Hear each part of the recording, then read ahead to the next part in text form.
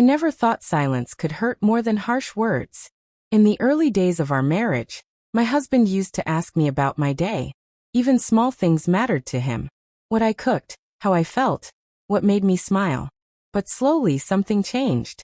The house was still the same, but the warmth disappeared. He started coming home late, sitting quietly, scrolling on his phone. When I spoke, he listened without hearing. One evening, I asked him a simple question. "Did you eat?" He looked at me and said, "Why do you ask so many questions?" His words were calm, but they felt sharp. That night, I realized something was wrong. I stopped asking questions. I stopped sharing my thoughts. I learned to stay quiet. Days passed, and silence became a rule. If I spoke too much, he became annoyed. If I tried to explain my feelings, he said I was overthinking. Slowly, I felt like my voice had no value. I was not allowed to speak. Not because he said it clearly, but because his reactions taught me that silence was safer.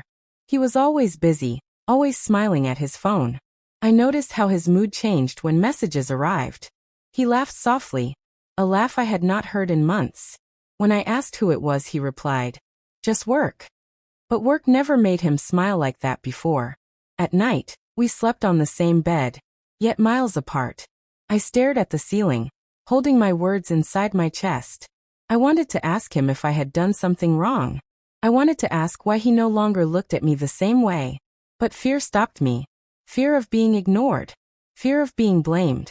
I began to feel invisible. I cooked, cleaned, and fulfilled every responsibility, yet my presence meant nothing. Sometimes I stood in front of the mirror and whispered to myself, just to hear my own voice. It reminded me that I still existed. The silence was not peaceful. It was heavy. It pressed on my heart every day. I realized that emotional pain does not always come from shouting or fighting.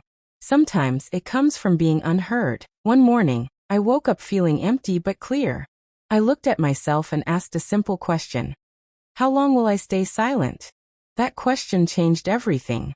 I understood that my silence was not saving my marriage. It was erasing me. That day, I did not shout. I did not cry. I spoke calmly. I told him how his silence hurt me. I told him how I felt invisible. My voice trembled, but I did not stop. For the first time in months, I allowed myself to speak. He looked surprised. Maybe he thought I would always stay quiet. He listened, but his eyes showed confusion, not guilt. He said he was tired, stressed, and needed space. His words explained nothing, yet confirmed everything. I realized something important. I could not force someone to choose me emotionally. Love cannot survive where respect is missing. And silence should never be demanded from someone who is hurting. That conversation did not fix our marriage, but it fixed something inside me. I felt lighter. I felt heard, even if he did not fully understand. Speaking my truth gave me strength. I started focusing on myself. I read, prayed, and reflected. I remembered who I was before I became silent. I was a person with thoughts, feelings, and dignity. Sometimes, relationships do not end with divorce. They end with emotional distance. And sometimes healing begins not with reconciliation, but with self-respect. I was no longer afraid to speak. Even if my words changed nothing around me, they changed me. Today the house is still quiet, but the silence feels different. It no longer controls me. I understand now that love requires communication, attention, and emotional presence. Without these, even loyal relationships feel empty. My story is not about blame. It is about awareness. Emotional infidelity does not always involve physical actions.